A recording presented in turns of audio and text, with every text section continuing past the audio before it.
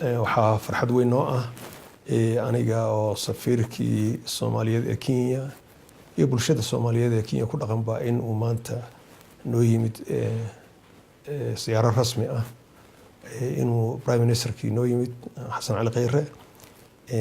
ummadan Soomaalida ee dhulkan ku nool aad bay farxad ugu tahay inay la kulmaan Prime Ministerkooda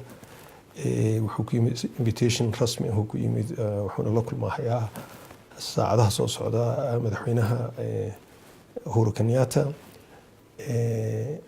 taasina waxay astaan u tahay xiriirka weyn ee sii xoogeysanaya maalinba maalinta ka dambaysa ee u dhaxeeya dowladda Soomaaliya iyo Kenya. Kenya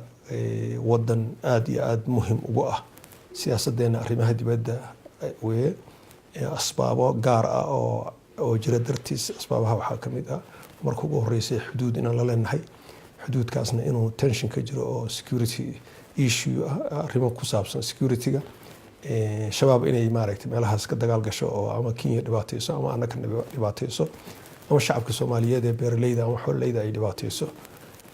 tan labaad Kenya waxaa ku nool dad badan oo Soomaali ah aad u xoogan oo ganacsato ah oo runtii ganacsi xoogan ka wada wadankan haddana waxaa weeye Soomaali badan oo wadankan Kenyaati u dhalatay oo haddana siyaasadda meelo fiican uga jira waxaasoo dhan waxay keenaysaa maaragtay xiriirkeenu inuu noqdo xiriir gaar ah oo muhiim ah oo xoogan inuu noqdo annakana waxaa weeye inaan sii xoojino weeye maantana tilaabay u tahay xiriirkaas in la sii xoojiyo siyaaradan uu ku yimid Prime Ministerka Khayre waxaan filahayaa marka inuu maalinba maalinta ka dambaysa uu sii xoogeysan doono xiriirka dhexeeya dowladda Kenya iyo dowladda Soomaaliya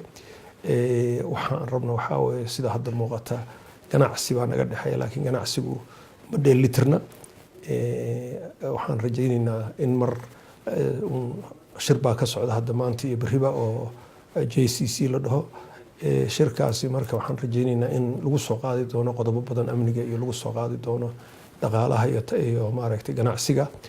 lagu soo qaadi doono waxaan rajaynaynaa Soomaaliya waxay ka mid noqotay ECOWAS ururkan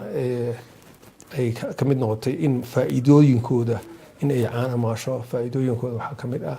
inay wadamada ku jiro dhan ay Soomaaliya waxay rabto geyn karto ay u dhoofin karayso ay ka tartami karayso oon lagu samayn karaynin wax discrimination ah aan lagu samayn karaynin marka Soomaaliduna waan ognahay inay aad ugu horeyso maaragtay ganacsiga marka waxaan rajaynaynaa inay fahmaan dadka Soomaalidu inay suuqyadaas oo dhan ay u furan yihiin tan iyo intii la galay ururkaas la galay inay suuqyadaas oo dhan u furan yihiin marka yaanan ka maqnaanin yaan annaka dad wax loo keeno kaliya yaanan noqonin dad wax geeya annaguna waa inaan noqonaa hadduu Ilaahay yiraaho marka aad baan u soo dhaweynaynaa Prime Ministerka uguna faraxsanahay waqti yar buu joogahay laakiin waqtigaas waxaan rajaynaynaa inuu maaragtay dadka nuqabka bulshada Soomaaliyeed ee halkan ku nool hadduu san wada arkin inuu arko inuu maaragtay wax ka dhageysto baahidooda iyo maaragtay dhibkooda iyo waxay qabaan isaguna uu la sheergareeyo xaaladda horumarka ay dowladda ku tilaabsatay iyo meesha wax marayaan intaasaan rajaynaynaa marka